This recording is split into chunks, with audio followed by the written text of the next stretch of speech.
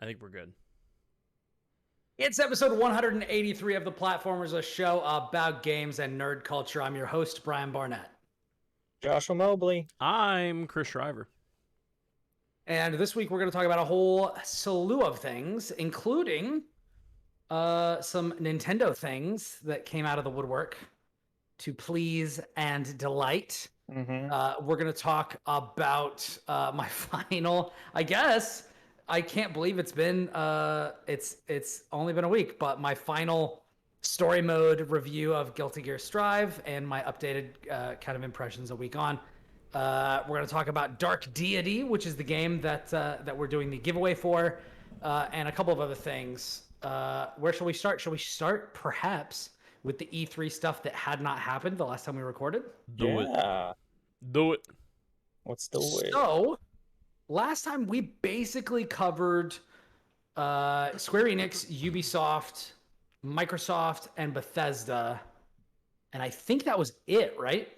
Pretty much. Maybe Yeah, the that was all 2K? that. Square Enix. I don't know Weren't if the you only said things that. that didn't happen were Nintendo and And something EA. else? EA. Yeah. Okay. And Bandai So I'll need Namco. somebody else to run down the Bandai and EA stuff. EA hasn't happened yet. It's happening in July. Oh, geez, Louise. Yeah. Oh, they just Well, that would delayed it? explain why I don't know about it. There you go. But There's the your big explanation. Nintendo announcements. Nintendo pulled out the freaking stops, ladies Yes, and gentlemen. they did. And Yes, they did. let me tell you all, listener, if you listened to our E3 predictions episode and our E3 wishes sections, there's some stuff that happened. Ladies and gentlemen. Chris, what are you looking at? You look like you've seen, Sorry, seen a ghost. I'm looking at my my waves in Audacity. I have some crusties, I'll call them. You know how usually it's like a flat line? Yeah, you got Yeah. some crinklies? You got some crinklies. I'm not used to that. I don't know what that's about. It's Anyway, all the thunder. yeah. No good. It should be fine. If not, sorry. Yeah. But let's just go through the stuff. In our wishes section, we talked about the things that we wanted from Nintendo. And the thing that I said, which is the same as when I always say what I want from Nintendo, is I want a new Super Metroid. I want Super Metroid 2. Well, they kind of announced It's pretty much that. what you got. Yeah. Well, yeah, you got a 2D Metroid, yeah. I mean, it's not Super Metroid 2 because technically, because Super Metroid 2 technically already came out if you're going by the numbered thing. So Metroid 1. Can I pause you for a second? Sure. How long has this numbered? Let me back it up. How long have we known that there are numbered Metroid games? Like, how long have you been able to be like, if I were to ask you like 2 weeks ago, what number Metroid is Super Metroid in the series? You would have known that? Like 3 or 4, Yes, yeah. because it's on the title screen. It's on the loading screen. Okay.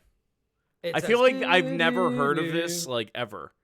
And yes, if you look up the intro for Super Metroid, it does like the creepy atmospheric things where it's like the people dead in the side slab, and then it goes like Nintendo Presents or something like that, and then it says Metroid 3. Okay, and then I when didn't the title realize that. screen comes in, it says Super Metroid. Okay, it's been a long time since I've Yes. dove into one we of knew. those. Plus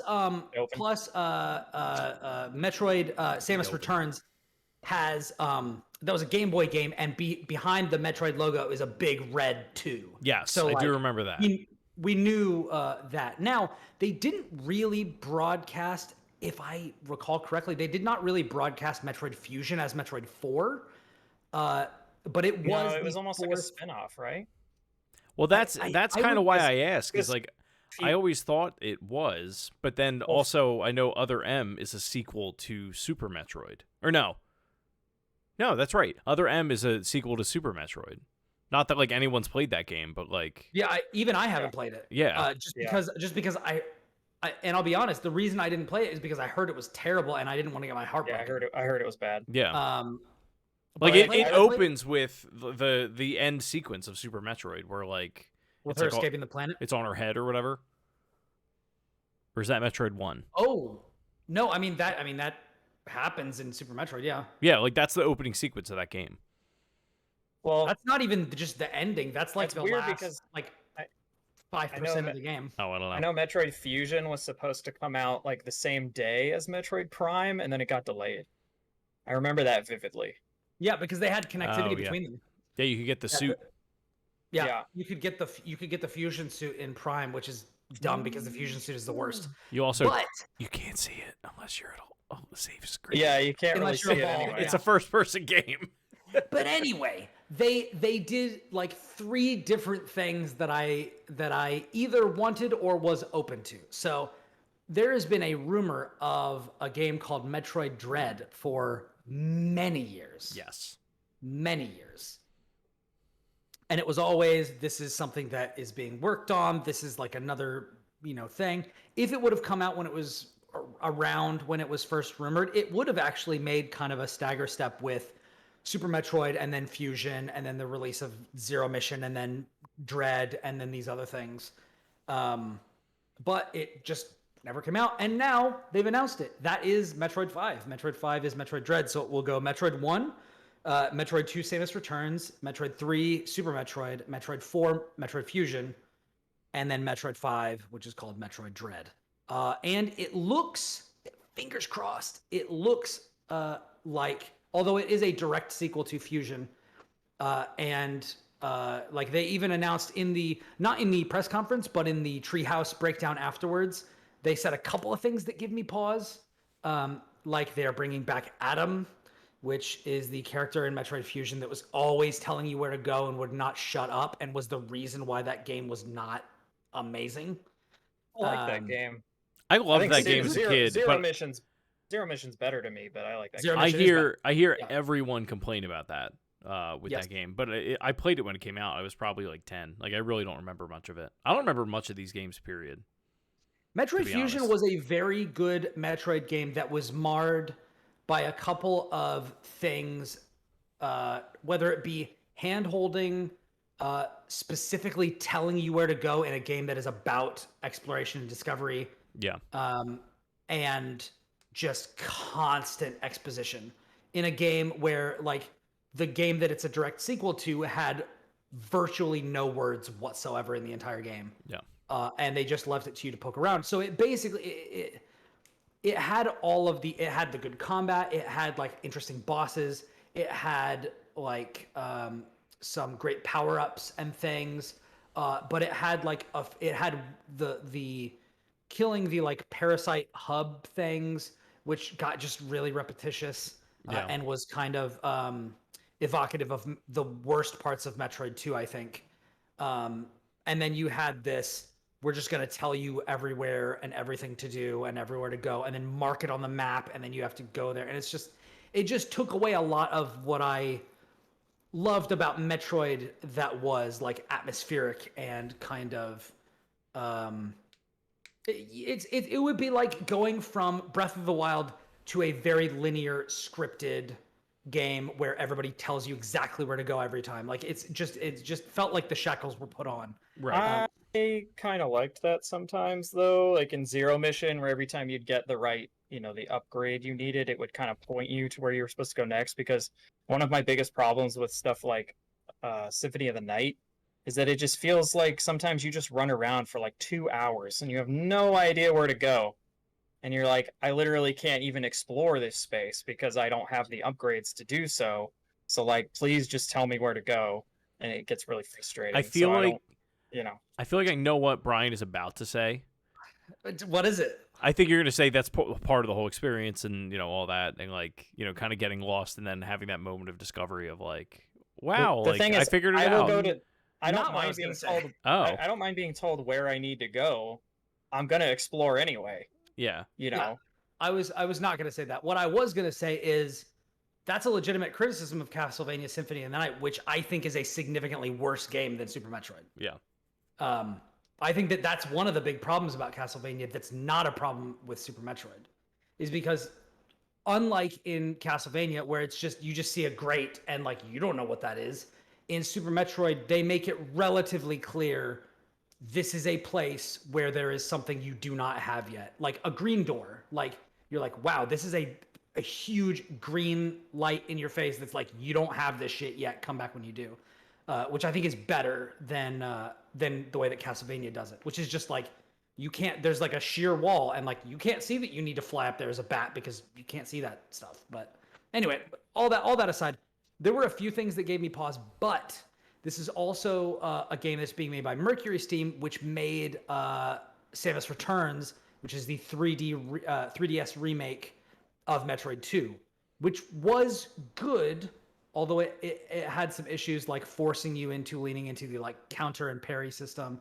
I did not care for that game at all. The stuff that it's like the third best Metroid game, I think, probably after Zero Mission. You like it more which than one is this? Samus Returns on 3DS? Oh, It's been too long since I played Fusion. I couldn't really give you a 1-to-1. No, I was going to say, you like it more than another Metroid 2 remake? I never finished that. Oh. I started it but dropped off because I don't know. Yeah. I just wasn't feeling it at the time.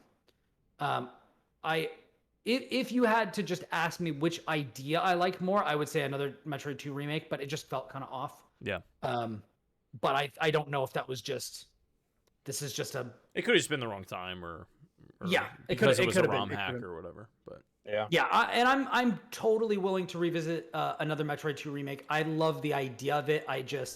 It just felt a little weird in my hands. So I'll have to go back to that later. But it's not bad at all. So I know it's very different. Yeah. It is the same. Yeah. It is very different. Some of the things that it does I like a lot, and I found the Metroid fights to be like interesting.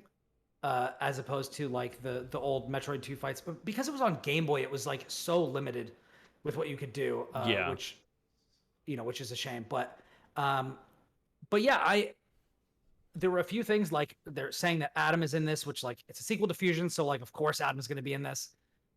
But they also did say there's not as much kind of directing this time around, and they did make it seem like, hey, we learned from what we did with Samus Returns, and we learned from the mistakes that were made with Metroid Fusion. So if that's the case, like I'm hopeful that this will be, probably top 3 Metroid games. Yeah. If they can like make good on it. We'll see. The instant kill mechanic, or the instant death mechanic with the Emmys is like a little bit, I'm not sure about it.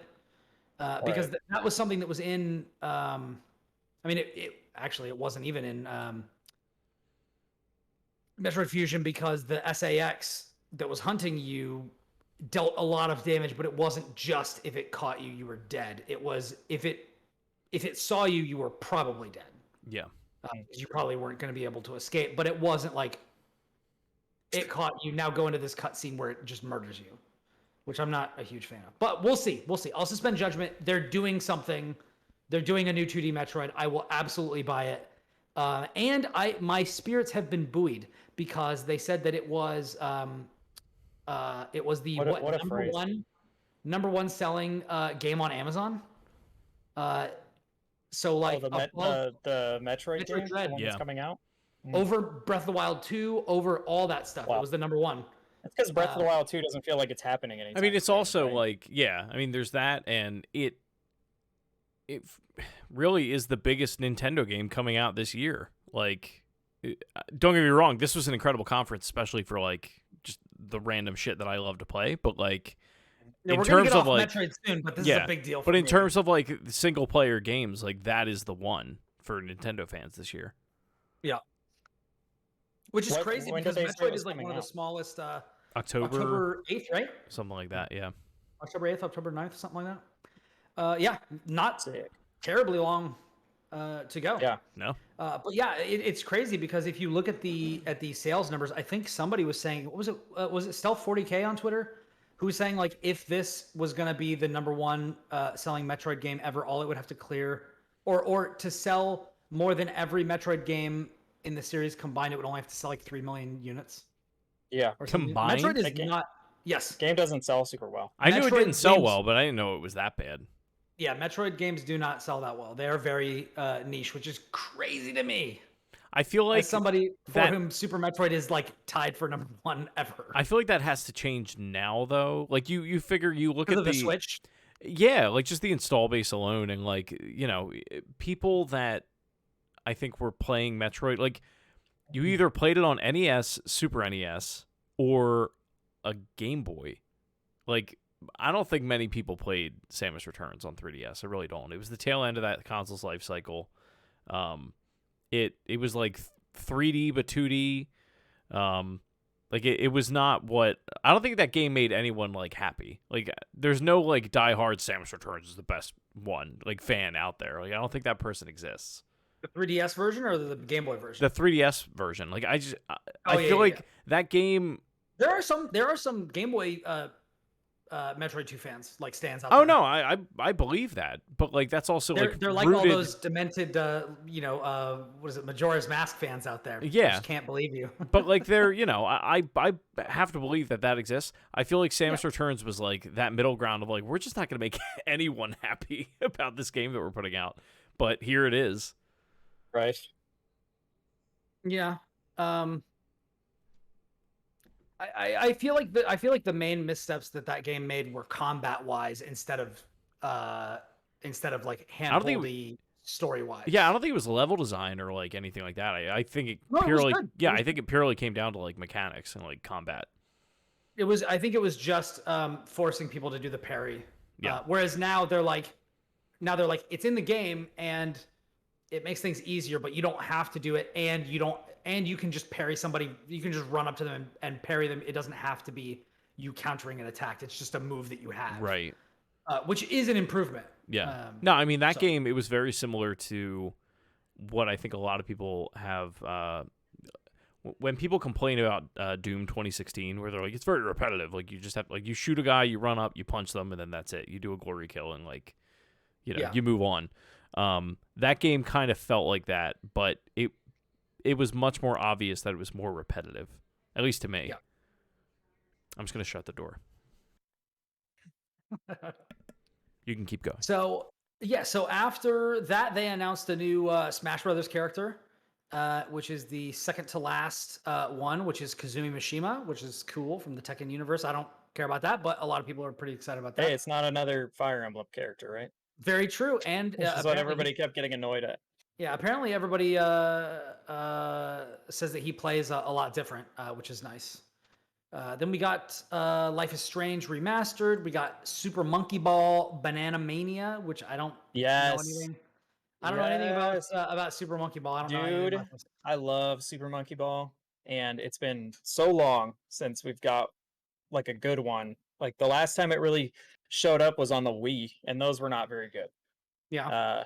Super Monkey Ball is basically like, do you remember that game at Chuck E. Cheese or whatever where like you would get in like weird Happy Meals where you would roll the ball around and try to get it in the hole?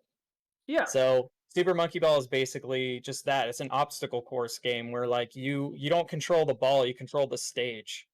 And so you're trying to like move it and control gravity to get the monkey ball from point A to point B, basically. They're very fun. I think it's just like an HD collection, right? I think it has the GameCube ones, and then I think like the Dreamcast ones on there too. Yeah, I don't know. But I could be wrong. All I saw was Super Monkey Ball, and I was like, yes. Yeah, I don't know. They're fun. They're not anything, crazy to write home about, but I think they're fun. Chris, what's your opinion on Super Monkey Ball? Because I'm a big fan. I'm a big fan of Super Monkey Ball 1 and 2. I think the mini games are great. I think Monkey Dogfight and Monkey Pool are like the best ones. Oh boy, I forgot all about those. Yeah, dude, like that was like the ultimate blockbuster rental of like if you didn't know what to get and you didn't own that game, like you had a friend over. It was like, man, we wanted to get Mario Strikers, but we can't. You know what one they of my have friends though, owned Monkey it, Ball. And we played it all the time. Yeah, that was like one of our go-tos on GameCube. Yeah, those first two games are great. Banana Blitz was, Is that the Wii one? That was the Wii one. That one was okay. There's a third game in that package, isn't there? I think it's 3 games. Yeah. Yeah, I forget what the third one is. But those were the three main ones that I had played growing up. But yeah, 1 and 2 were like top tier. Like everybody should play those games. They're great. Yeah, I've never played Monkey Ball before. That's what I was telling Josh. But yeah, like because you've played like You think Marble Madness or whatever, right? yeah. Yeah, like it's similar kind of concept. Like that in 3 dimensions, basically. Yeah. But Yeah, I played Marble Madness, man, on the original Game Boy, I think. I think that was the last time I God, played you're it. old. It's true. It's very true. But very yeah, true. they're I have my Tetris cartridge. that's one of those I do. That's one of those games that will be like a Black Friday or like that'll go on sale pretty quickly, I think. I think it's only $40 when it launches. But I had originally pre-ordered it for Switch, and then saw it was coming to PS5 and was like, well, I'd like it in HD, please. Take my money. What's that? Monkey Ball, yeah. Monkey Ball? Yep. Really? Yeah. Okay, cool. And moving on into that, what did you think, Chris, about Mario Party Superstars? I'm so happy this is finally happening. I think it's kind of absurd that the first Mario Party has kind of been. I mean, granted, that's not what this is, right? It's a collection of mini games from like the whole like N64 era of Mario Party. With the Switch one is like Super Mario Party, right? yeah, and it's it plays a lot differently than like the traditional ones. And like really, I think a lot of people that grew up with Mario Party, like they haven't really had a game like that in a really long time. Excuse me. But the mini games have gotten so. The games when they put them out, they're supposed to be representative of like the hardware at the time. Or at least that's what they've done with that franchise now. So like the Wii ones, it was always like half the mini games were you like jerking off a Wiimote and like, whatever else like you can do with like motion controls. The gamepad had some gimmicky stuff. Like it all turned into that. But like N64, like that whole era was really like where I think the best mini games kind of live. The first one came out, right? What's that? Because that's where the first Mario Party came out, right? Because that's where I primarily played it. Yeah, so 1 through 3 were on N64. And then 4 through 7 were on GameCube. And I feel like those ones, I think like 4 and 5 were like the last like really good ones. But this one, yeah, I mean, we haven't been able to play the original Mario Party or any of these mini games since N64. With the exception of Mario Party 2 on Wii. That was on Virtual Console. On Wii? Yep. On Wii. But and it's one of those games like we always talk about, and there's just no easy way to play it unless you like have an emulator and gaming PC. So I'm super pumped about it. Especially it has online play and everything. Like it's kind of that Sony approach of like what they did with Ratchet and Clank, where they're like, we're not gonna put out this like HD collection. We'll just like make a new like reborn version of this game. That's kind of like an amalgamation of all the things that like people love about it. So like I'm all for it. I'm very excited for it. Seems neat. Do you imagine or anticipate that this will kind of be like the Smash Bros. Ultimate of Mario Party, where like this will just kind of be the definitive? I would love if they did that. I don't think they will. They've never put out a Mario Party where they add content after the fact. The closest thing to this that we've had, and I don't know what like the minigame list is on this one compared to it.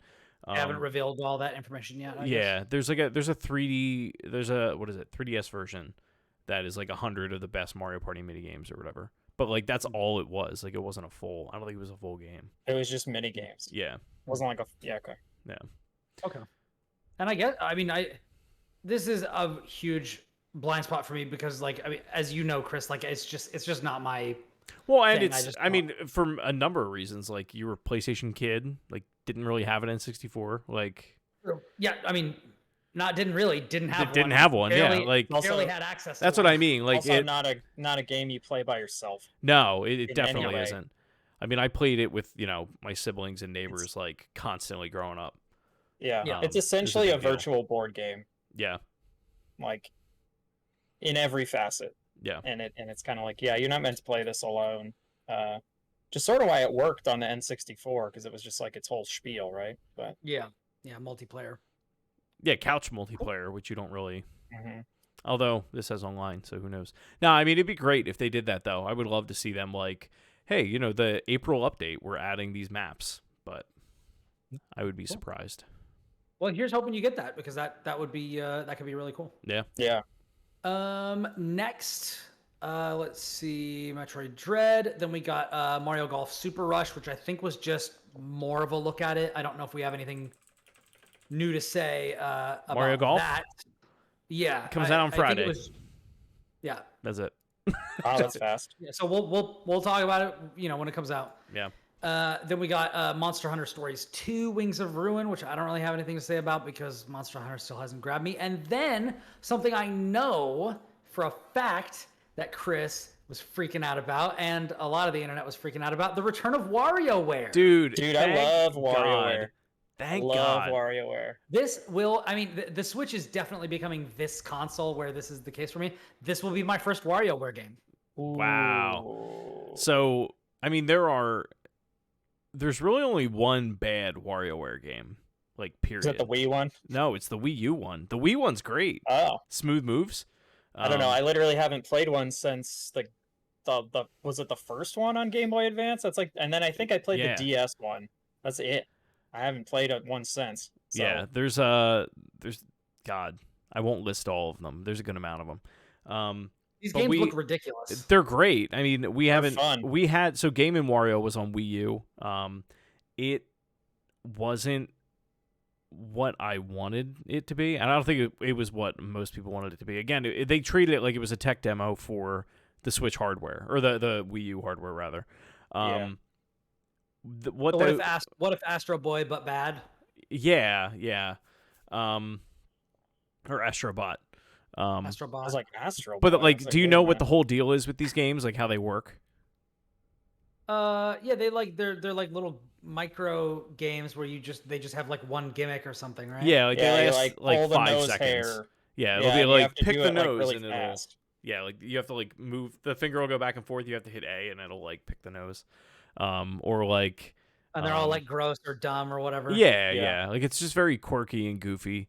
But eventually, like they really start to speed up, like as you progress further in the game, and it gets harder because like it will catch you off guard.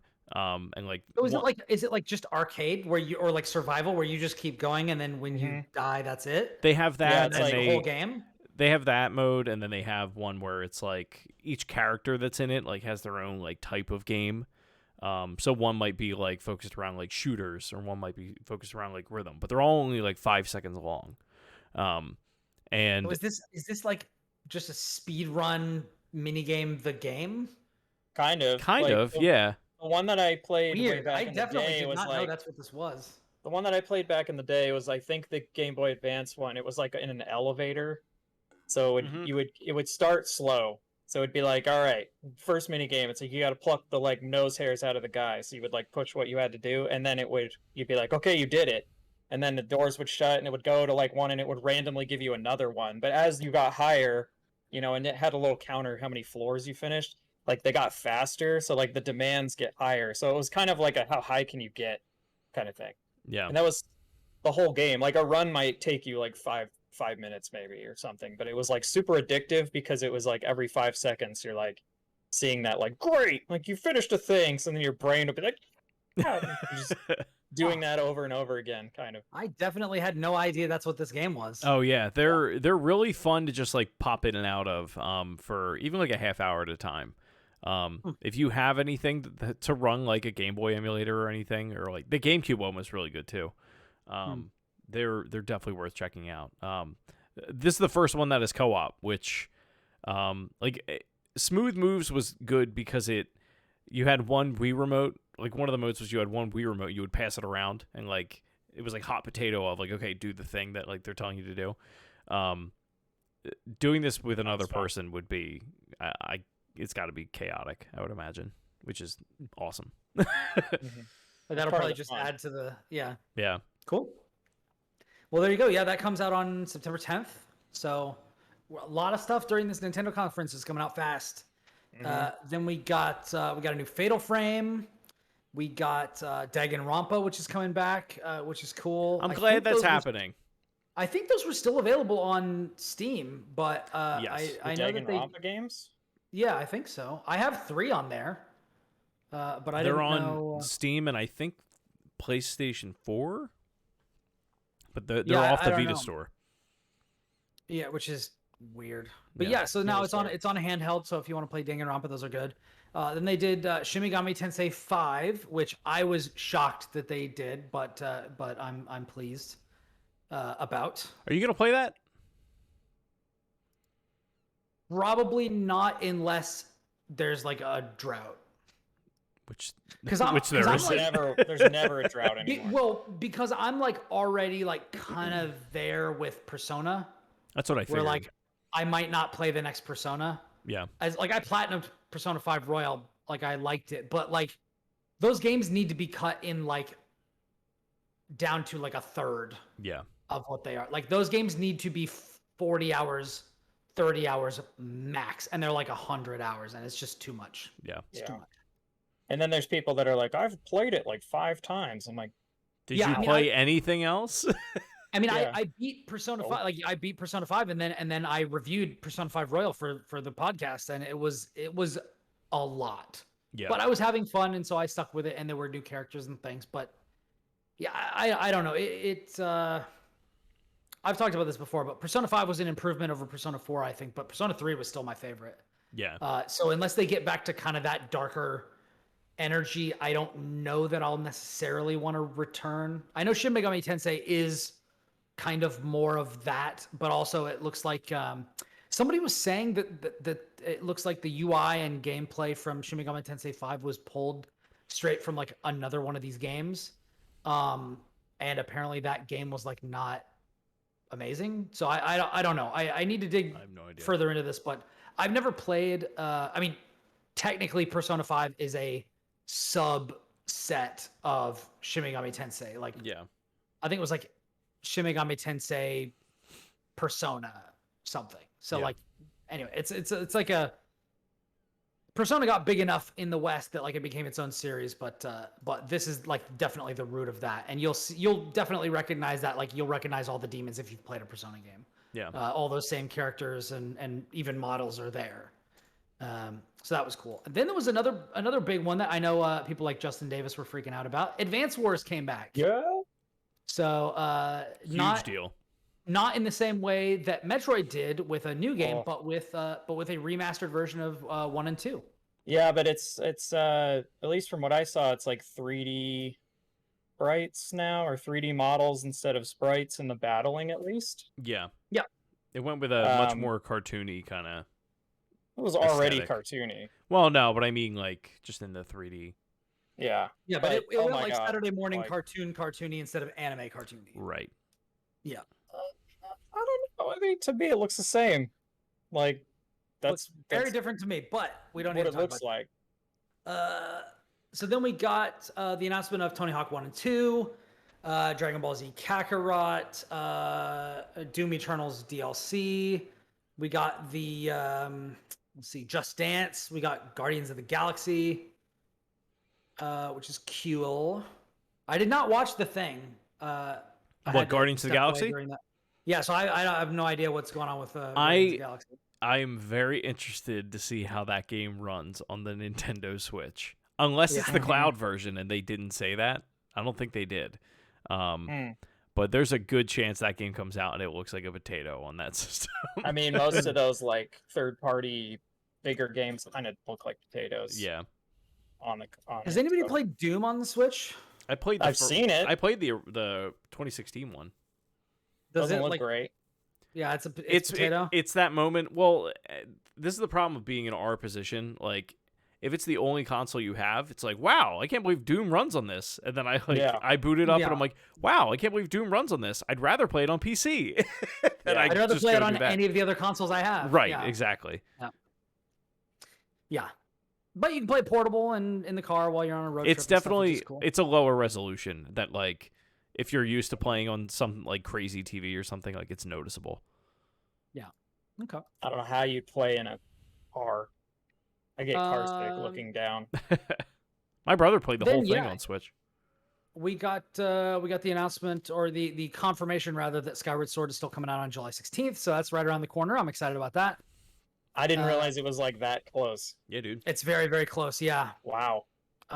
Then, Age of Calamity, which I'm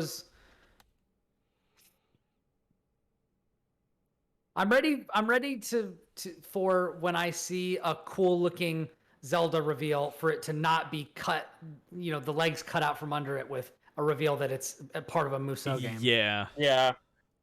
I don't like Musou games. Because I feel like every time I see something for this, they like do the introduction and they're like, here it is. And it's like some cinematic, and I'm like, holy crap. Like it's it's Link on this motorcycle with this, all this sort of stuff. I'm so excited. And then they pull out and it's like, let me juggle 35 moblins. And I'm like, oh no, it's Hyrule Warriors. Yeah. I would like that game more if it ran better. It just doesn't. I would like that game more if it was a different game. Hey.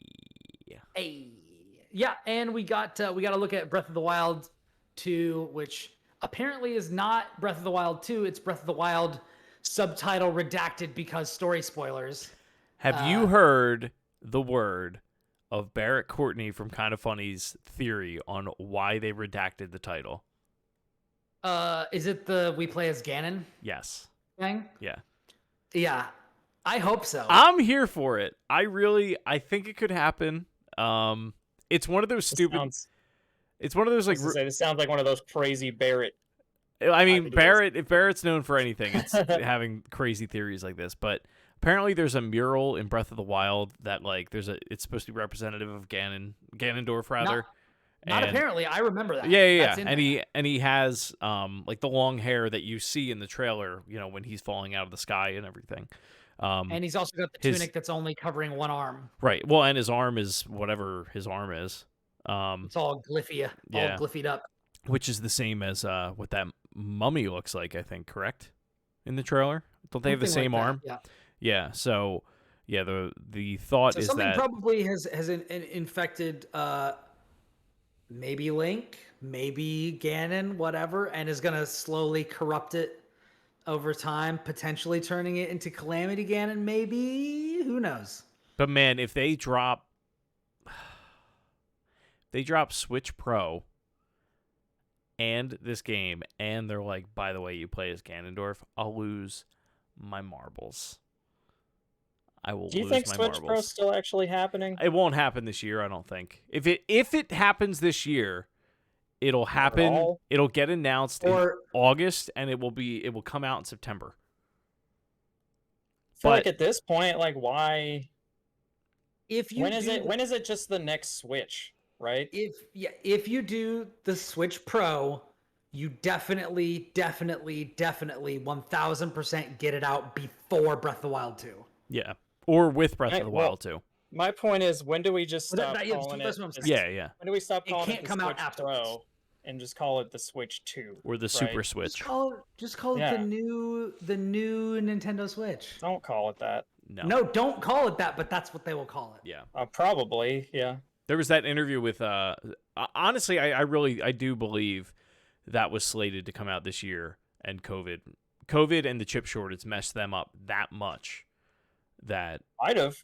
Yeah, that they were just like, we have to hold this thing. We have all these games that are like, the gun is loaded for all of these games to release at the end of this year. There's no reason that we have to drop this console. The gun is loaded. Like, think about it. If you look at that lineup from September to December, the gun is loaded. Freaking insane. Like, I don't remember the last time Nintendo has had this many games come out in this short of amount of a time that are first party.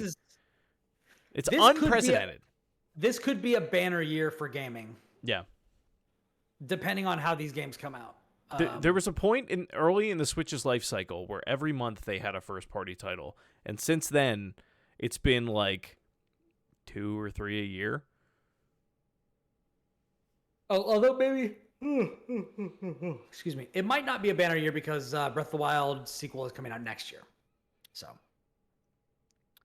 But still. Yeah. Well, they say that.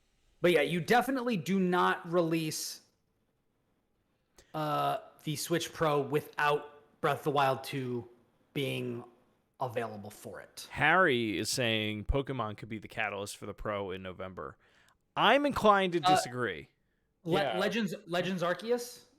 That has to come out with the Switch Pro because that game looks like it ran like Dookie on the base Switch. I understand that game is still in development, but like and it looks good. It looks good. It looks very good. Yeah. But like the frame rate of that game does not look like it is going to be able to. Is that the hold MOBA up. or is that something else? It's not a MOBA. It's like basically Breath of the Wild and Pokemon made a baby. Yes. It's basically because I know there is a Pokemon MOBA coming out. So I actually didn't. Oh, Unite. So I actually Pokemon Unite. Yeah, that's what I was thinking of. So I looked up. Is that like their answer to Temtem? I hadn't heard about this. It's their answer to League. Oh, okay. Weird.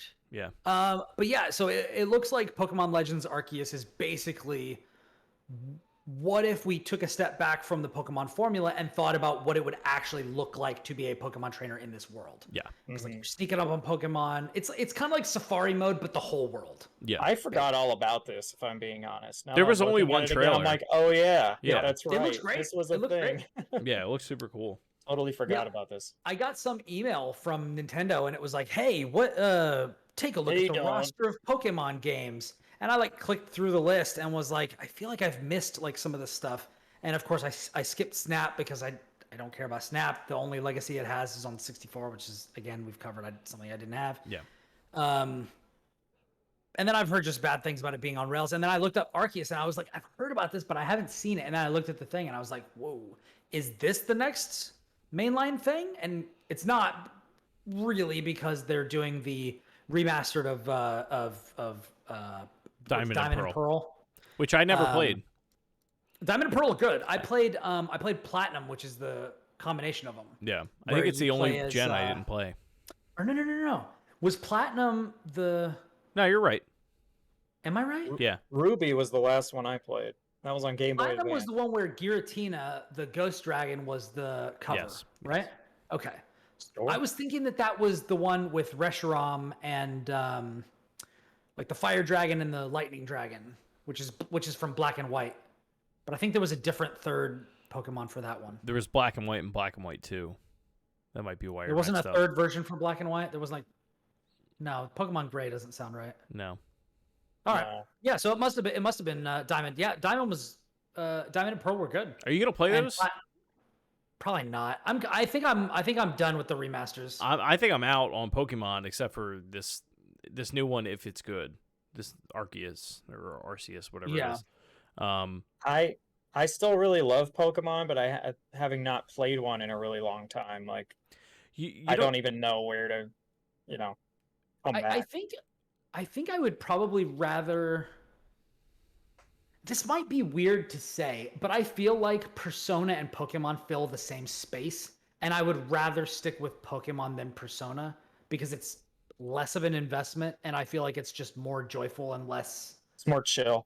Kind of. It's definitely more chill. Tedious. Yeah, no, I get that. I think Pokemon. But even still, they're still like what 20, 30, 40 hours long. Yeah. I mean, they've changed the battle formula quite a bit since like the days of like Ruby Sapphire. Like I think Ruby Sapphire and Gold and Silver, and maybe it's just my nostalgia, but like those were the last ones that I played that really. Although I liked X and Y too, I like those games a lot.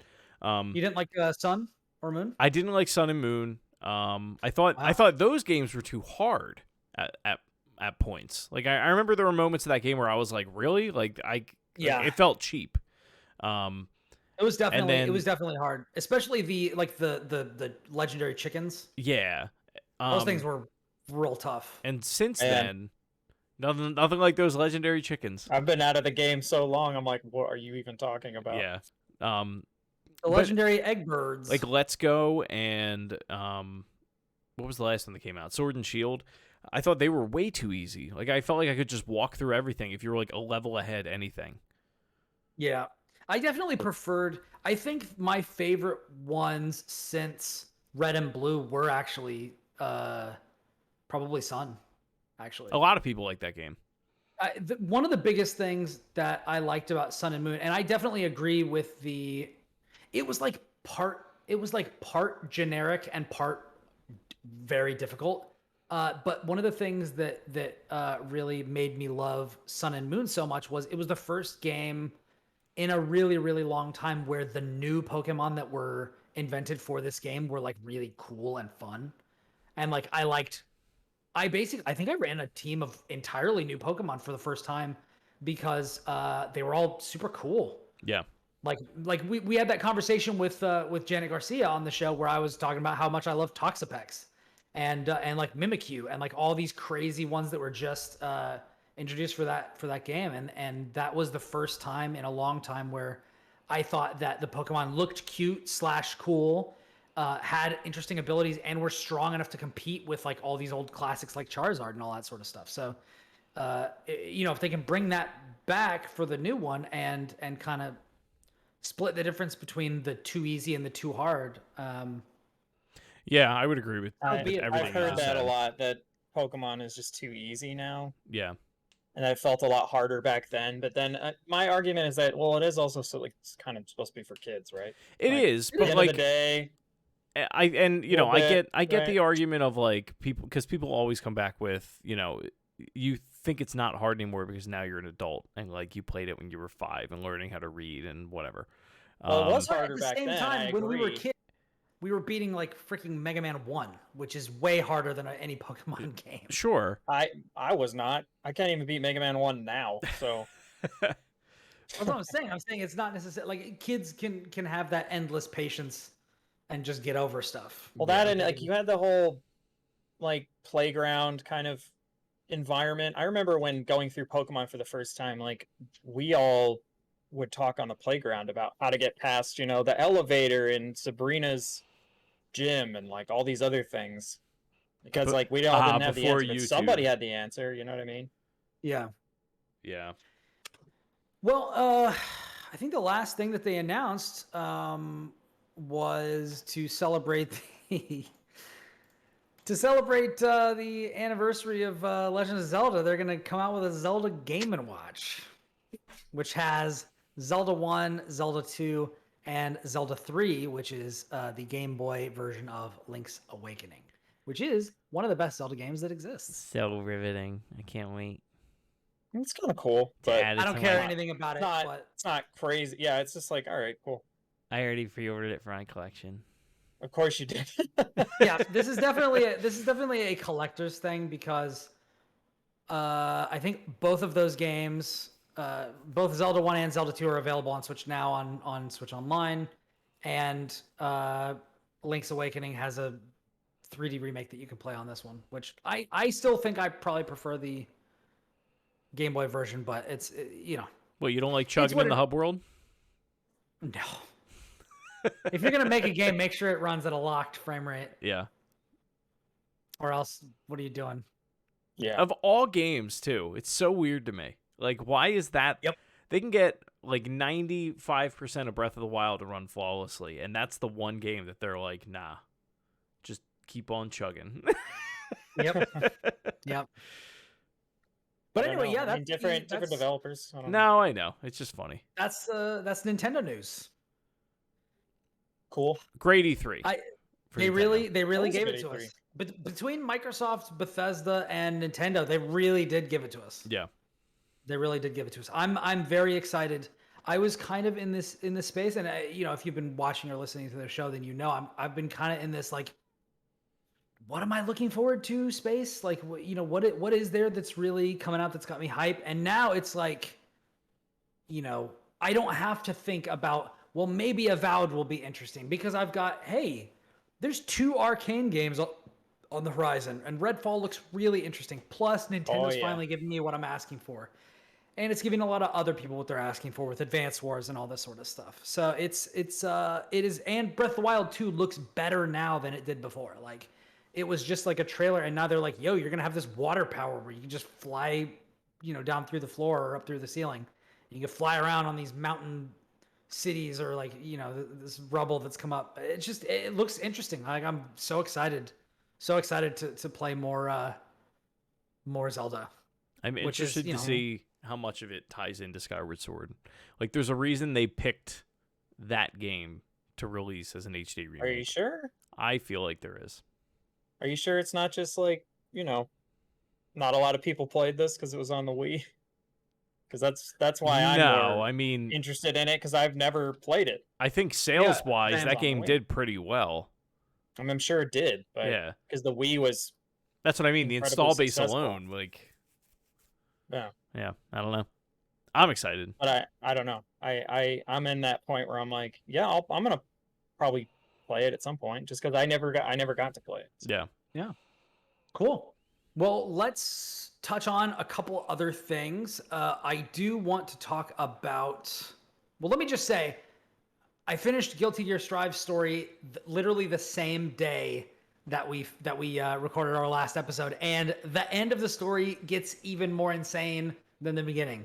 And as somebody who's been playing it for another week in full release, I am enjoying it even more than I was before. It has now kind of overshadowed Dragon Ball as the fighting game that I play more. But that, also a big part of that is like the people that I'm playing fighting games with have all kind of moved over to it, which is what I thought would happen. But I mean, Dragon Ball's moment has, the sun is setting. I hope not. I hope that we get a Dragon Ball Fighters 2 that has rollback, or we get Dragon Ball Fighters Ultimate Edition that has it, or something. Because I would love to have one tag team game and one 1v1 game, and I would love for Guilty Gear Strive and Dragon Ball Fighters to be those games. Yeah.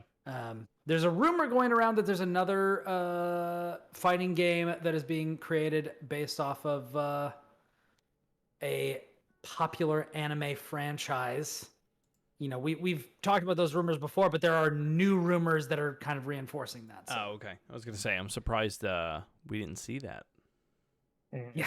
So there's rumors that it's My Hero Academia. There's rumors that it's some other things. So.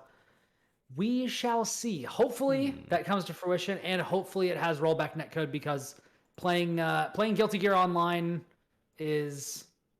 I will say, as somebody who's played more of the PC version lately, it has some serious catching up to do to meet up with the PS5 version.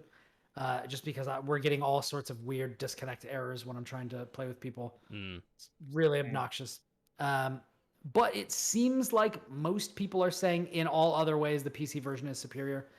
If you're looking to jump in, I was actually talking to a friend of the show, Matt Adler, earlier today, and was like talking to him about it, and he was like, "Oh, I might have to get into this," because like if you look at it, it's extremely fun. It's super fun, and it's like way more approachable than a lot of other fighting games, which I feel like we're saying every time a new fighting game comes out. Like they're becoming. It has to be though. Like if you're like, what, you haven't played Street Fighter for the last 8 years?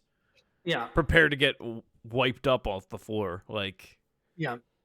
Which is good. It's only good when more people can get in. Yeah. But yeah, so I really love it. Guilty Gear Strive is great. The only real problems I have are you basically need to load up the game and then go buy groceries and come back, and then it will have loaded in. But once you're in, you only have to load in one more time. Nice. Oh boy. But yeah, it's Guilty Gear Strive is a firm case of like they definitely need to sharpen up stuff. They definitely know that they need to do it. They have said they're working on it, on optimizations and things like that. But once you are in a match, like when you're actually in a match, it's pretty incredible. So I highly recommend it. If you have a PC or you have a PlayStation 5, definitely pick up Guilty Gear Strive because it's super fun. Other than that, you will remember that last time we talked about doing a promotion for giving away a game. That promotion is still ongoing. If Harry is still in the chat, I know he is want to watch. He has already won one of the codes. Another one has already been sent out, but we still have more. We still have more. If you want to get one of these codes for yourself, review the show on your podcast platform of choice and send us a screenshot of your review, and we'll send you the keys for the game and the soundtrack on Steam. The game is Dark Deity, which is $25. It's been on sale. Let me see. Ooh, it's on sale until tomorrow for $20 if you don't feel like getting one of these keys that we're giving away. But yeah, it is basically I played like the first 4 or 5 chapters of it this week while I wasn't working. Basically, I'm gonna set up one of those SAT like statements. Dark Deity is to Fire Emblem what Fell Seal Arbiter's Mark is to Final Fantasy Tactics. So not no frame of You're the reference to only this. person that knows what that sentence is. So Fell I'm Seal sure Arbiter's someone Mark. else knows. But Fell I'm Seal like, Arbiter's Mark was a game that I reviewed for the show last year, I think. It's basically a tactics RPG that was available on Switch and PC and some other stuff like that. It's really, really good. It's not exactly like Final Fantasy Tactics, but it kind of scratches that same itch. Dark Deity is not exactly like Fire Emblem, but if you've been wanting something similar and you've already played all the Fire Emblems, like check this one out because it's pretty good. They're each you don't equip new weapons, you don't do that sort of a thing. Each character, when you get them, has 4 weapons already equipped. They're based on power, finesse, focus, and balance, which is less accurate but really hits hard. Then finesse is the one that has like high crit, and then your focus ability has really high accuracy but has no crit and has kind of lower damage, and then balance is like kind of a mix of those. And as you defeat key enemies on the battlefield, they'll have like little stars next to them. When you beat them, you'll get like a tier 1 token, a tier 2 token, and in between battles you can upgrade any of those weapons based on those tokens. So you can really lean into, you can basically upgrade your characters to be like focused on the type of damage that you want. And each one has like a passive ability. Like this one character has a natural likelihood to crit even if you are using a weapon that has no crit. Like they can still crit off of it. Or this person, their crits do more damage. Or this person, you know, et cetera, et cetera, et cetera. Heals themselves a little bit when they heal somebody else. So you can build out your party in this way, but they also level up and gain, you know, stat ups like when you're in battle and stuff like that. The characters also do seem to kind of go based on a power triangle. So like your melee character will beat your archer will beat your like heavy infantry and this sort of stuff. So it does still kind of get that like simplistic tactical thing. But in between certain chapters, like you can spend time bonding. So like you can have little conversations between characters. The premise of it is basically there's this military academy and the king makes a desperate move, and basically instead of just conscripting the graduating class, he conscripts the entire school, including like the freshmen that just got there, who've only been there for 1 year. So there's some like very senior military students with like a lot of classroom experience and maybe some field work experience teamed up with some really new faces, and they're going into like this pretty desperate wartime scenario, and like what does that do to them, and all that sort of stuff. But yeah, it's pretty good. You buy healing items and stuff, and you can also buy weapon tokens and permanent stat upgrades. So it seems like there is a lot more of a way to like use. I never really found a lot of use for money in Fire Emblem, but it seems like in this game, like you can really, like if you've got a lot of money, if you get a lot of money from missions, like you can spend that on like literally upgrading the stats of your character. So it seems like very like instead of a lot of convoluted systems, like it's very straight up and down. Like if I pay 5K, I can buy this stat up that I can give to this character and like just basically, you know, blow it out the back end and have them be ultra powerful or whatever. But yeah, so I'm really, really enjoying it so far. I was just intending to kind of dip in and see what it is, and then I ended up playing for like 2 or 3 hours, I think. So it's good. I like it a lot. So yeah. So if you want one of those, review our show on your podcast platform of choice and send us a screenshot and I'll get you one of those codes. But yeah, I just wanted to cover that real quick. What else do we want to talk about? I got a Switch game we can talk about, but I don't want to run the conversation and not let you guys talk about all the stuff you've been doing. I heard Josh played We're something gonna have to this do week. stuff fast. Yeah, I did sure, actually play some games this week. Isn't that amazing? Yeah. We spent a lot longer on the Nintendo conference than I was anticipating. There was a lot to cover. Fine. There's a lot to cover. True. Yeah. I forgot it even happened. All right. Well, Yeah. at least I want to get this game in here because it was Sure. cool game. Have either of you played Operation Tango yet? No. Which was one of the PS Plus games, I believe, this month. Yes. For free. Yeah. Was that the like anime cover looking one, or like the cartoony character thing? It's very cartoony. Yeah. Yeah. Okay. So I think I saw that, but I redeemed. I haven't played it. Operation Tango is a co-op game. You can't play it single player. It's a co-op game where one person basically plays a secret agent and the other person plays a hacker who's like the person on the phone helping the secret agent and like telling them what hallways to run down. And yeah, exactly. It's really, really cool. I'm super into it. It also has like this distinct thing where when you boot it up, it literally tells you like you have to use voice chat.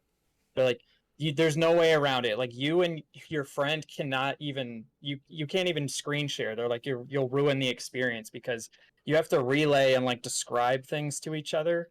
As an example, like in one mission I was playing the hacker, and for the hacker, you only have just this like tech tree sort of very abstract just computer system that you navigate through, and it lets you do all kinds of things like look at the security cameras or open said doors or give the agent like the credentials of an employee, right? So that they can go or like set up a meeting like on their calendar, on that said employee's calendar for the exact time so that you can go into like this room because you're supposed to, right? It's really interesting. Whereas the hacker will, like I said, the hacker will actually be in like they're in like a virtual space. The agents in like real space, they're playing like almost like a first person shooter, except they're not shooting. They're walking around like an actual physical environment and interacting with things in the world. But they also see things that the hacker can't see, and the hacker sees things that they can't see. So, like as a good example, when you're the hacker, like in one of the missions, I could manipulate the elevators to go to different floors. The thing is, there's like 20 different elevators, and you only can distinguish them by their serial number. So you can't. I'm like, I can move all these elevators around, but I don't know if I'm actually moving the one that my friend is in. So they actually have to look around the elevator and go, oh, I see the serial number, and they have to actually read it off to you, and then you go, okay, I see that, and then you can move them around and stuff. That's awesome. It's very neat. I haven't played PlayStation. That's crazy. It's on a lot of stuff, and it has crossplay.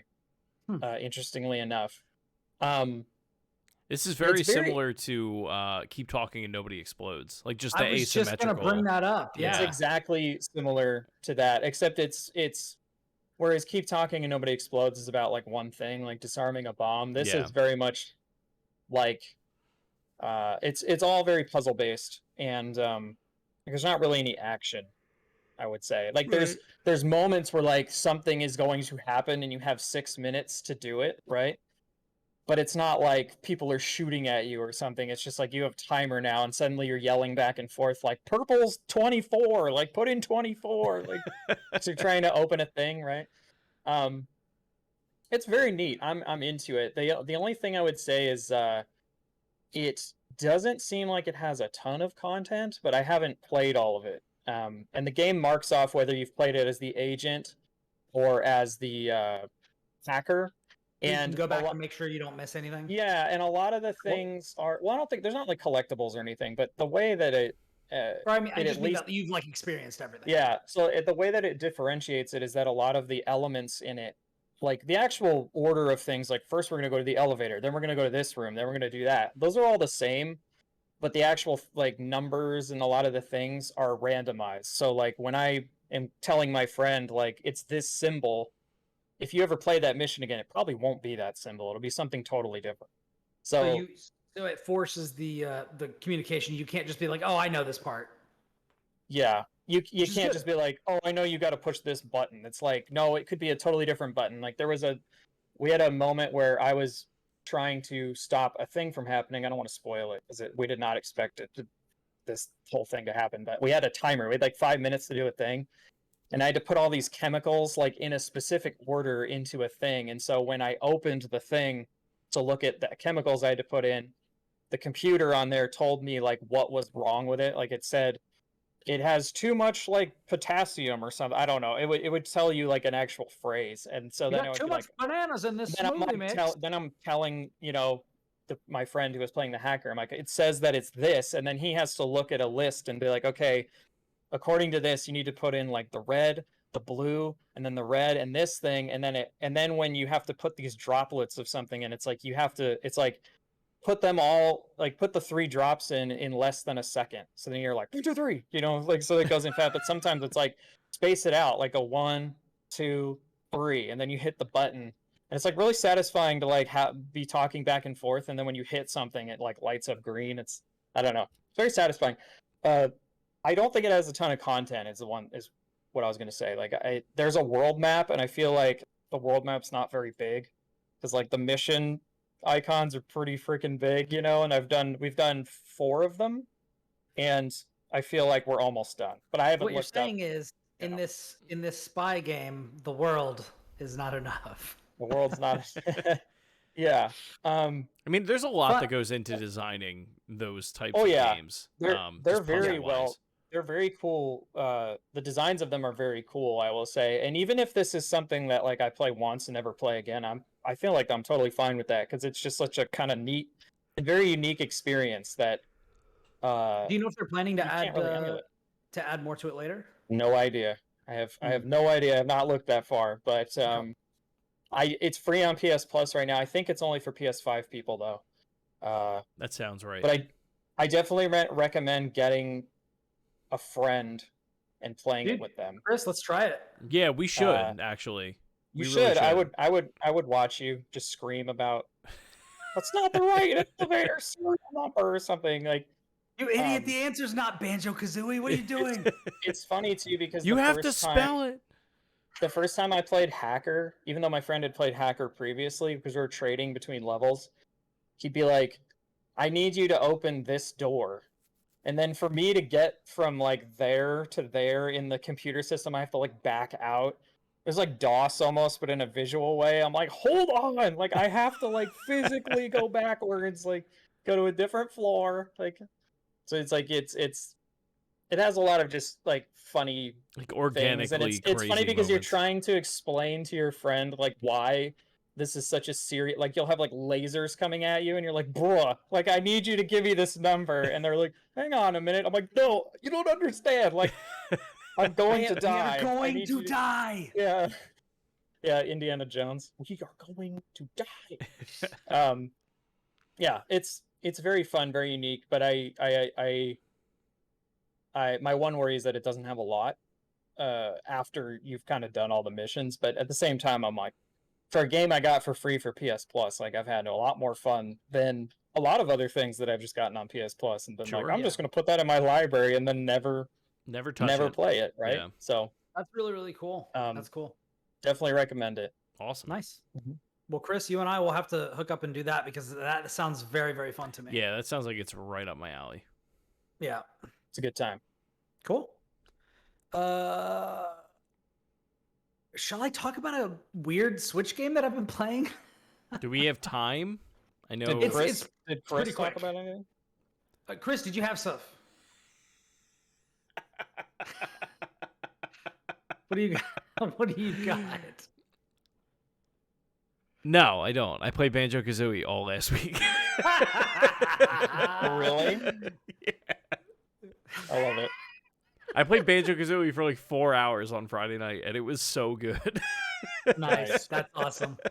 I love it. Yep. Hey, Chris, can I just say something? I love you, and I'm so happy that you're happy. Thanks, bud. I love you too. I'm so happy. God, the game's so fucking good. You guys are funny. It's so good. That's fine, dude. I rewatch the same like movies over and over again. It's not. Honestly, Speaking of movies, hold on. This is the first time I'm playing it. Like, I'm at. Where did I finish? I'm probably like 7 worlds in, and I haven't gotten that far in probably like 4 years. Yeah. Like you just always restart it. I always start it, and I do Mumbo's Mountain, and then I'll do like Treasure Trove Cove, and then I usually get to like Bubble Loop Swamp or like Goey's Valley, and I'm like, all right, I got my fix, I'm good. But like I'm getting much further in it now. Do you remember, by chance, do you remember when it was that I tried it? I want to say it was like, was Marty on the show? I feel like it was when we did that, the games, 6 games to beat. Was it 6 games? I have the list of 6 I games think to it beat might have here. been. So long ago. Yeah. No, it wasn't 6 games to beat because mine were Red Dead Redemption, Batman Arkham Origins, Zelda 1, Splinter Cell Conviction, BioShock 2, and XCOM. Okay. And I beat them all. I know it was. And I won that competition because Marty didn't beat any of his, which were, fun fact, Wolfenstein the Old Blood, Life is Strange, Witcher 3 DLC, Dark Souls, Arkham City, and The Last of Us. That's funny because like so many of those are so short. I know. And yours, Chris, were Final Fantasy VII, Shadow of Mordor, Which I beat that. Metal Gear Solid, Okami, Dishonored, and Batman Arkham Origins. And the only ones you beat were Arkham Origins and Final Fantasy VII. Yeah. I still haven't played those other games all the way through. Which is crazy because Dishonored was on that one, which is the one that Josh was saying that you should play. Yeah. I know. So good. Yeah. What was I going to say? Yeah, I want to say it was like 2017 was like the last time you played that or tried to play it. Okay. You know what makes... I don't want to get into it. The reason why I was asking about that was the last time you played it around the time when I was trying it? Yeah, I think it was. Because that is 2017 would be 4 years ago. Yeah, because I was still in the apartment. I remember where my desk was sitting when I yelled at you. Yeah, like I remember that very vividly. No, that game. I have a phrase that like I say in my life, and it's like when I find something and I can look at it and I go, "There's nothing else like it." Like that is one of those things. Gorillaz, the band or artist group, that is another one of those things. Like there is nothing else like it. Artistic group. Yeah, I'm just I love it so much. Yeah. I hope you get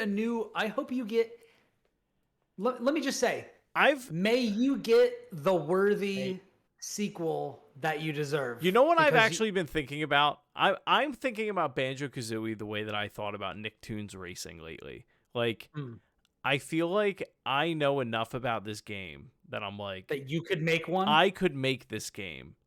Because I know all of the problems that came with Tooie, and all of the problems that came with Nuts and Bolts, and all of the great parts of Banjo-Kazooie, which there are many, and the very few flaws in it, because it was an early 3D platformer. And like... Which, yeah. Goddamn. Like, there's so much that went well with that game that, like, I don't think anyone will ever be able to replicate it. And I'm coming to terms with that. Like, I was playing it Friday, and I had so many moments where I put down the controller, and I was like, no one will ever be able to do this again. And I think that's okay. That's so sad, though. I know. Why? I mean, it's like you and Super Metroid. I think it's sad. I think it's... I'll put it to you this way. I'll give you some homework, because I think you'll find it interesting.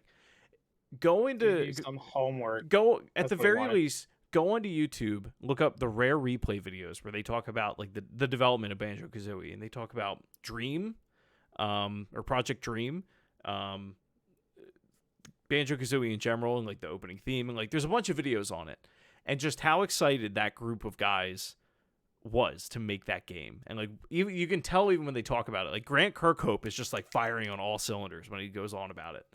And then they get into Tooie and they're like, yeah, we tried to expand the world and blah, blah, blah. And like, you can tell they're not as into it.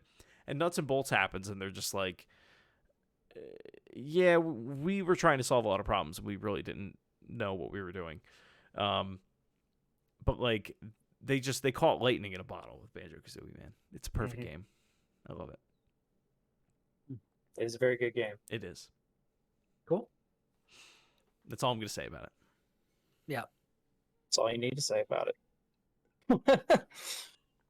Well, let's see. Do we have time to talk about Mighty Goose? Where are we at now? Let me look. We're at hour 14. Yeah. I think so. Yeah. Go for it. So what do you think, Chris? Go for it. Okay. So I've been playing this game called Mighty Goose on Switch. It's also available on Steam and Xbox One and PS4. If you have seen it, it's basically like Metal Slug, but you play a goose with metallic arms like Jax from Mortal Kombat. Sick. And a blaster cannon like Mega Man. Okay. And it is a side-scrolling shoot 'em up by Blast Mode. Blast Mode is the developer. Playism is the publisher. This sounds like a Game Pass game waiting to happen. Yeah, for real. Maybe. Yeah. It's $20.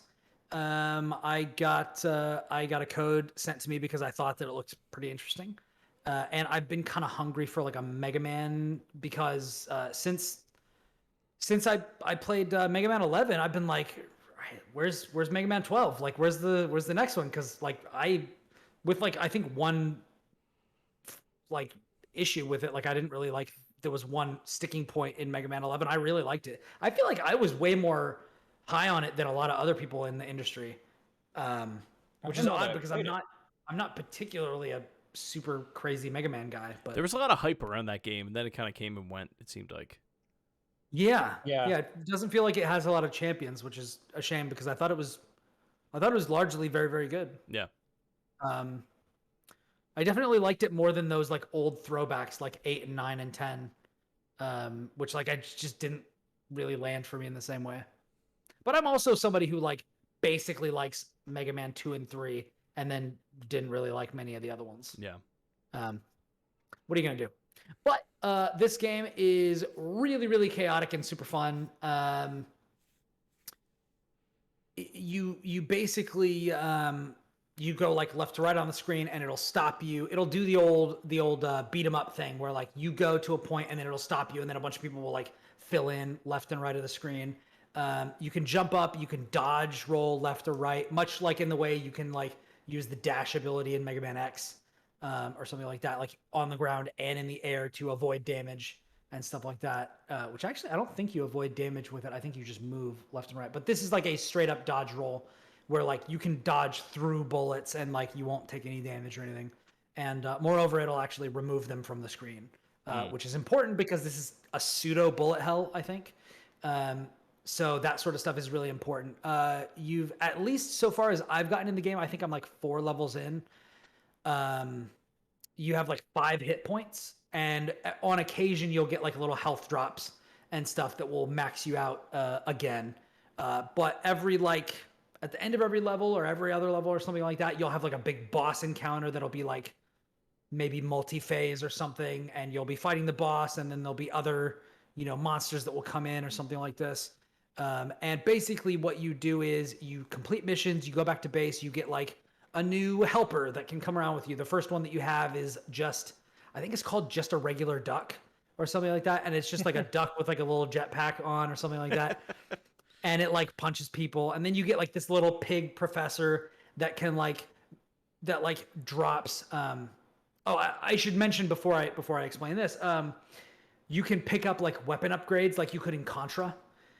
So like you start off and you've just got a pew, pew, pew, pew, pew, like a Metroid unupgraded thing. You can then pick up like a spread shot or a machine gun or a shotgun or something, but you only have limited ammo of those. And then when that runs out, you go back to your just pew, pew, pew, pew, pew, like single shot weapon that's kind of weak. The shotguns are actually ridiculous. Like they'll just obliterate anything that's, point blank. And you can aim up, down, left, right. If you jump up and shoot down, like you'll just kind of hover in place as you like just keep shooting downwards, which you can use to stay out of harm's way for a little bit and different things like that. I recommend you look up footage of Mighty Goose. Like it's really weird and interesting. But you can the second helper that I've gotten so far basically always throws out the machine gun upgrade. So you always at least have that. So like there's different upgrades and stuff that you can get. You can get like, oh, here's a new ultimate ability that I can have, because after a while of dealing damage, your little meter will fill up and then you hit L and R and then you go into I can't be killed plus I do way more damage mode for, 10 seconds or whatever. So there's like a lot more to it than just a like Mega Man like sort of a thing.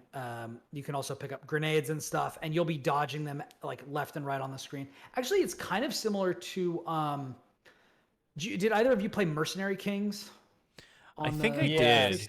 Yeah. I did for a little, and I was just like not into it. Yeah. But instead of open world, it's like way more focused and like good. But like that sort of mechanic of like I'm dodge rolling through things. People are throwing grenades at me. I'm like getting out of the way and then returning fire, or like It's not just ducking, running or, like, left and right. It's like it's not just running left and right, Yeah. like, but it is mostly running left and right and shooting stuff, and then that sort of a thing. But Yeah.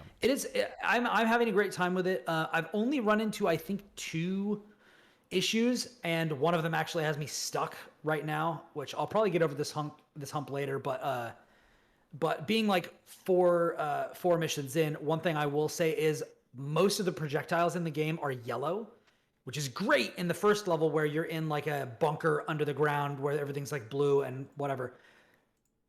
But in some of the outdoor levels, the levels take place during sunset, where it's like orangish yellow on the background, and with all the bullets being yellow, it can sometimes be difficult to tell where things are going, which is particularly a problem because things get really chaotic. I would actually think if you're colorblind, that would be like especially. It might be like Justin DeShone, like I know would have a problem with that. There have been times where I've like submitted images to him, and like if it's the yellow and green is too close, he's like they're the same, and I'm like, okay, they're not. Like, which is it's important. Yeah. Yeah. It's very important. But yeah, I'd be very curious to see if somebody who is colorblind could play this game, because there are so many explosions, and they have that classic Super Nintendo shoot 'em up Metal Slug style explosion where like it's an explosion and then there's also all the smoke around it, and it just basically instantly happens and everything's blowing up all over the place. Sure. And it's incredibly chaotic. And because you have very limited health, and because sometimes these levels are outside where the projectiles are yellow and the background is, basically yellow, and there's all this chaos going on, it can be really easy to die. And then I got to this one level where it's an arena, basically. You drop in at the beginning of the map, and unlike the rest of the levels I've played so far, I'm not moving left or right. I dropped into basically a coliseum, and it's just like wave after wave after wave. And I died on the boss, and it started me not at the beginning of the boss fight like previous bosses had, but at the beginning of the level. And I had to do all those waves over again, and I was just like, you know what? I'm not going to do this right now. Yeah. I'll come back to it later. It's always the worst.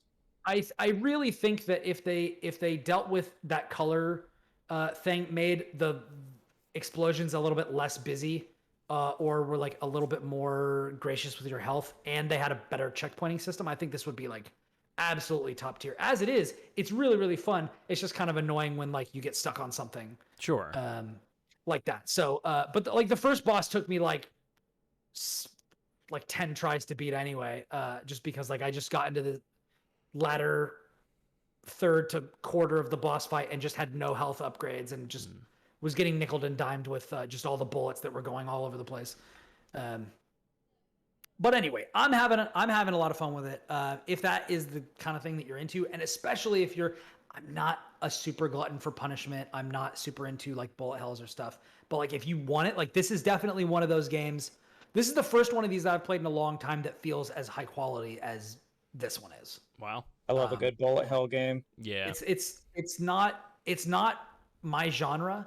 A lot of shoot 'em ups that I like just happen to be bullet hells in a way that I can like kind of stomach. Because like I used to play like Raiden in the arcades and stuff, which is like definitely a shoot 'em up and kind of a bullet hell, but it's not like crazy. It's not like freaking Ikaruga or like some of these other, like the real nuts ones that you see in Japan, where it's like there's literally like 2 pixels on the screen that are safe. You have to fly through. Yeah, exactly. It's like that's not my thing. Yeah. Demanding sustained perfection of your players is like usually a turnoff to me. But there you have it. I think it's a lot of fun. So you should definitely, at the very least, look up a video and see if it might be something you're interested in. I think it's fun. Nice. So, shall we wrap there? Sure. Let's do it. Thank you to everybody out there who has submitted reviews for the show. We really appreciate it, and it's helped a lot. So, if you would like to participate, as I said earlier, in the giveaway for Dark Deity on Steam, go ahead and review us on your podcast platform of choice, Google Podcasts, Apple Podcasts, wherever you listen. Send us a screenshot on social media. You can send it to @PlatformersPod on Twitter if you want to just find all of us. That is also a place you can follow. You can reach out to me on Twitter @Ribnax, RIBNAX. You can find me on Twitter @TheJawaJosh. I don't tweet that much anymore, but there I am. And if you want to see the cool video essay stuff I'm working on, you can go to youtube.com/braintap. And unlike last week where I was a dirty liar, the Spider-Man video actually might be out by the time you're listening to this, because I've sent out the first work in progress cut and I've gotten back very minimal notes. So there's a chance tomorrow it'll actually be. Yay! Thank God, because it's taken me so long to do this. So, very excited. Cool. That's awesome. You can find me at Shrives93. I'm usually tweeting about Banjo Kazooie and how great it is and how you should all play it. And if you don't like it, then I don't like you, Brian. Jeez. I called him out explicitly last week. Yep, you did. You did. I love you.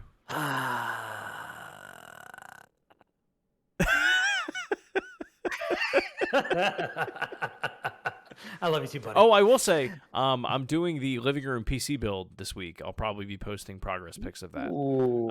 Cool. So yeah, getting my Bro. Taku case for the living room, and that shows up on Wednesday. So I would think Wednesday or Thursday you should start to see that.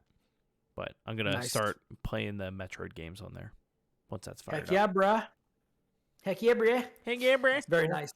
Yeah, you can watch us record each episode live at twitch.tv/platformerspod, and you can check the archive of previous episodes that we have recorded in this fashion on YouTube at youtube.com/platformerspod. Thank you all for checking us out. Thank you for joining us for this episode of The Platformers. And we hope that you have a wonderful week and stay safe out there, because until next time, we are out. Boy. Eat your Wheaties. Eat those Cheerios, boys.